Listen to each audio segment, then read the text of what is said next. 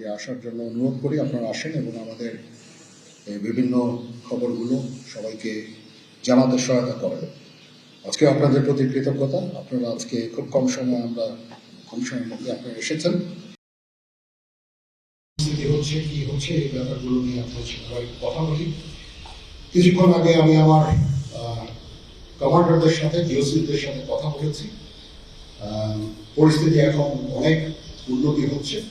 আস্তে আস্তে ধীরে ধীরে আমার ধারণা যে ৩-৪ দিনের মধ্যে পরিস্থিতি স্বাভাবিক পর্যায়ে চলে আসবে। তবে যারা এই সমস্ত অপরাধ করেছে তাদেরকে আমরা ছাড় দিব না। অবশ্যই তাদেরকে তাদের বিরুদ্ধে ব্যবস্থা গ্রহণ করা হবে। আপনারা দেখতে পাচ্ছেন আমার সাথে 2 নেভি চিফ এবং এয়ার চিফ আছেন। আমরা একসাথে কাজ করছি। কিছুক্ষণ আগে আমার প্রফেসর ইউনুসের সাথে কথা হয়েছে। ওনার সাথে কথা বলে আমার খুব ভালো লাগলো। আমার কাছে মনে হয়েছে উনি অত্যন্ত আগ্রহী এই কাজটা করার জন্য এবং আমি নিশ্চিত যে উনি আমাদেরকে একটা সুন্দর গণতান্ত্রিক প্রক্রিয়ার মধ্যে নিয়ে যেতে সক্ষম হবেন এবং আমরা এর থেকে উপকৃত হব। আর আমি দেখলাম যে স্টুডেন্ট এবং ভলেন্টিয়ার্সরা অত্যন্ত চমৎকার কাজ করছে। যেহেতু এখন ট্রাফিক পুলিশ ছিল না, তারা ট্রাফিকিং এর কাজ করছে, বিভিন্ন রাস্তা পরিষ্কার করা, যে সমস্ত ভ্যান্ডালাইজেশন হয়েছে যে সমস্ত স্থাপনাগুলোতে ওগুলোকে পরিষ্কার করা। আমরা অত্যন্ত আনন্দিত যে তারা এই ভালো কাজগুলো চালিয়ে যাচ্ছে।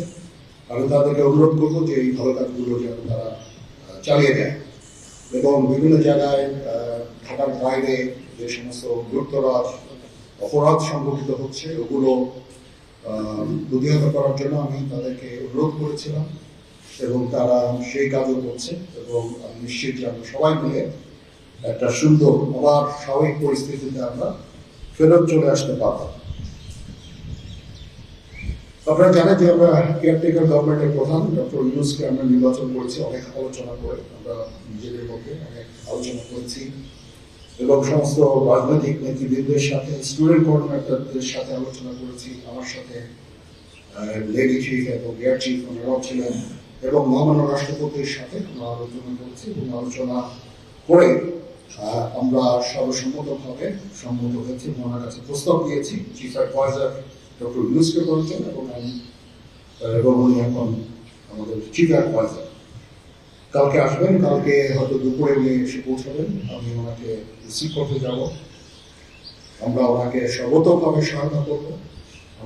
আমি army chief, navy chief, air chief এবং আমি নিশ্চিত যে উনি সমস্ত রাজনৈতিক দল এবং সবার কাছ থেকে সাহায্য সহযোগিতা পাবেন। স্টুডেন্ট ফোরাম, স্টুডেন্টস এবং আমরা সবাই মিলে ওনাকে সাহায্য করব এবং আমি নিশ্চিত যে তাহলে উনি অত্যন্ত সফল হবে, ওনার কাজ সমাধান করতে সক্ষম হবে। অনেক ধরনের গুজব চলছে।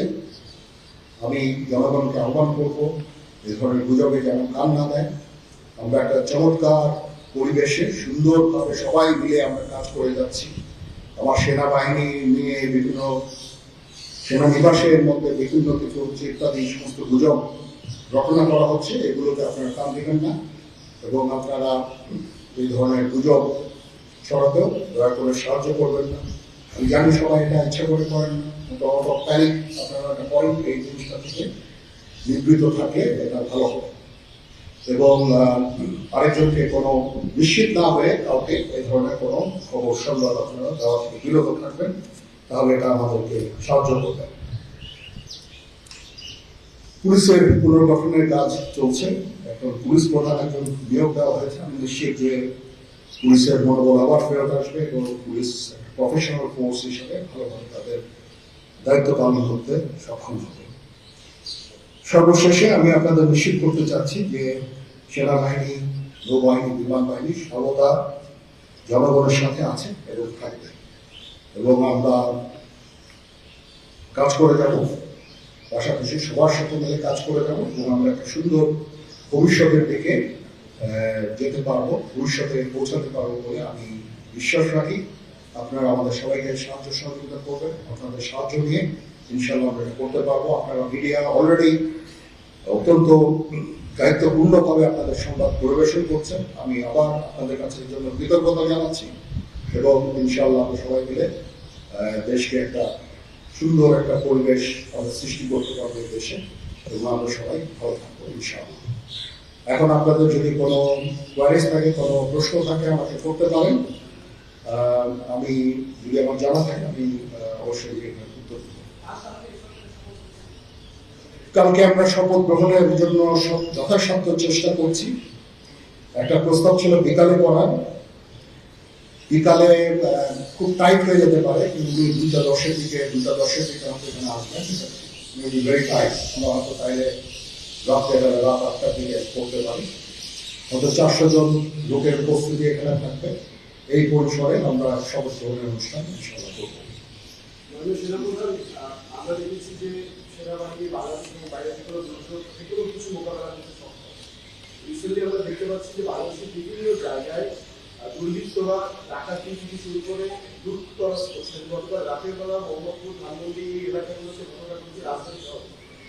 এই বিষয়ে আসলে সেনাবাহিনী কি পদক্ষেপ নিচ্ছে এবং সাধারণ মানুষ কিন্তু উদ্বেগ উৎপাদনের মধ্যে রয়েছে? হ্যাঁ, প্রথম কথা হচ্ছে যে দায়িত্ব নিয়েছিলাম অবশ্যই, এবং আমি রাজনৈতিক নেতৃবৃন্দর কাছ থেকে কথাও আমি ওনাদের কাছ থেকে ওনাদেরকে আমি বলেছিলাম যে আপনারা আমাদের সাহায্য করেন। এই মুহূর্তে এই ট্রানজিশনটা হবে, এ ধরনের সমস্যার সৃষ্টি হতে পারে। ওনারাও আমাকে বলেছিলেন যে ওনাদের যতদূর সম্ভব সাহায্য করবেন। তারপরও কিছু কিছু ঘটনা ঘটেছে। এটা ঘটার পিছনে তো কিছু কারণও আছে, এবং আমরা ইনিশিয়ালি হয়তো কিছু এরকম ঘটনা ঘটেছে, বা তারপর এখন পরিস্থিতি কিন্তু অনেক শান্ত হয়ে আসছে। আমরা আমাদের যত স্ট্রেংথ আছে, পুলিশ কিন্তু নন এক্সিস্টিং, পুলিশ কোনো ডিউটিতে নাই। পুলিশের একটা বড় ফোর্স, এটার যে ভয়েড যেটা সৃষ্টি হয়েছে, এই ভয়েডটা সেনাবাহিনীর স্ট্রেংথ দিয়ে এটা পুরো করা সম্ভব না। আর তারপরে আমরা যথাসাধ্য চেষ্টা করে যাচ্ছি, এবং হাজার হাজার লোককে আমরা কিন্তু এই সমস্ত সমস্যা থেকে আমরা উদ্ধার করেছি। বহু পুলিশ, আমার জানা মতে বহু পুলিশ, অনেক থানা, তারপরে সরকারি কর্মকর্তা কর্মচারীদের রেস্কিউ করা, এই সমস্ত কাজগুলো আমরা করেছি। আমরা যত ইম্পর্টেন্ট জায়গা যেমন বিমানবন্দর, ডিপ্লোম্যাটিক এরিয়া, সেক্রেটারিয়েট, জাজেসদের অ্যাকোমোডেশন, তারপরে সেক্রেটারিদের অ্যাকোমোডেশন, এই সমস্ত গুরুত্বপূর্ণ জায়গাগুলি আমরা প্রোটেক্ট করছি, এবং বিভিন্ন জায়গায় পেট্রোলিং করা হচ্ছে। তারপরেও একটা ইনিশিয়ালি দু একদিন এটা হয়েছে, সেজন্য আমি অত্যন্ত দুঃখিত এবং বিব্রত। যাই হোক, এটা আমার যে স্ট্রেংথ যা ছিল, এটা মেবি এয়ারফোর্সও তাদের মতো করে করেছে, যথাসাধ্য চেষ্টা করেছি। তারপরও কিছু হয়ে গেছে, এটা আমার জাস্টলি আমাদের এনাফ স্ট্রেংথ ছিল না। বাট আমি নিশ্চিত যখন পুলিশ পুনর্গঠন হয়ে যাবে, তারা যখন আমার কাজে নেমে যাবে, তখন এই ভয়টা খুব সহজেই আমরা পূরণ করতে পারবো। পুলিশের একটা বিরাট সংখ্যক ফোর্স, পুলিশ একটা বড় ফোর্স। তো এই ফোর্স যদি নিষ্ক্রিয় হয়ে যায়, সেটার ভয় পূরণ করা সেনাবাহিনী, বিমান বাহিনী, নৌবাহিনী সবার পক্ষে সম্ভব না। আমরা এটার জন্য ডিজাইন করব। যাই হোক, আমি নিশ্চিত যে খুব শীঘ্রই এটা পুনর্গঠিত হবে, এবং এই সমস্ত ভ্যান্ডালিজম এগুলোকে প্রতিহত করতে সমর্থ হবে। বাট আমি এটুকু আপনাদের বলছি যে যারা এই সমস্ত কাজে জড়িয়েছে, তাদেরকে আমরা আইনের আওতায় আর সর্বোচ্চ চেষ্টা আমরা করব।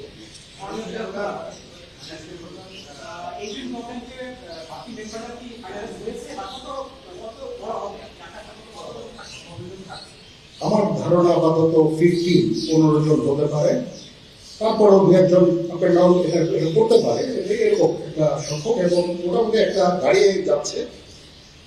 যেহেতু এটা ফর্মালি প্রকাশ করা হয়নি, এটা নিয়ে আমি আপনাদের সাথে কথা বলতে চাচ্ছি। জি,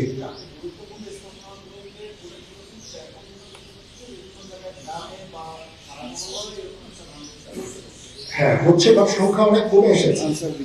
একদিন দুদিন, প্রথম 1-2 দিনে যেটা হয়েছে, সংখ্যা অনেক কমে এসেছে। আমরা আনসার ডিডিকেও কাজে লাগিয়েছি, এবং আমি তো বললাম যে ছাত্ররা আমাদের সাহায্য করছে বিভিন্ন গ্রামে গঞ্জে। তারা এই কাজগুলোর মাধ্যমে, তাদের উপস্থিতির মাধ্যমে আমাদের সাহায্য করছে, এবং বিএনসিসি কেও আমরা এটা বেশ ইয়ার মধ্যে আমরা এমপ্লয় করবো এই কাজে।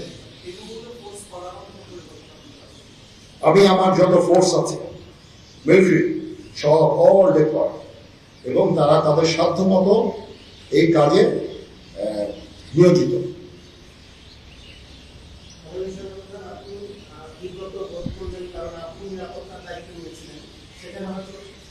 এখন রাজনীতিবিদরা বললেন যে জেনারেল সাহেব আপনি নিরাপত্তার দায়িত্ব নেন, somebody has to take it। তো আমি সব আর তো কেউ নেওয়ার নাই, আমি নিয়েছি এবং যদি কোনো ব্যর্থতা থাকে সে দায়িত্ব আমার। আমি আমার সাধ্যমতো চেষ্টা করেছি এবং খুব কম সময়ের মধ্যে একটা স্বাভাবিক পরিস্থিতি ফেরত আসছে। আমাদের আরো অনেক কাজ করতে হবে, ইনশাল্লাহ আমাকে একটু সময় দেন, আমরা এই নর্মাল স্থিতি নিয়ে চলে আসবো। ওকে, সবাই ভালো থাকেন, সুস্থ থাকেন, আল্লাহ হাফেজ।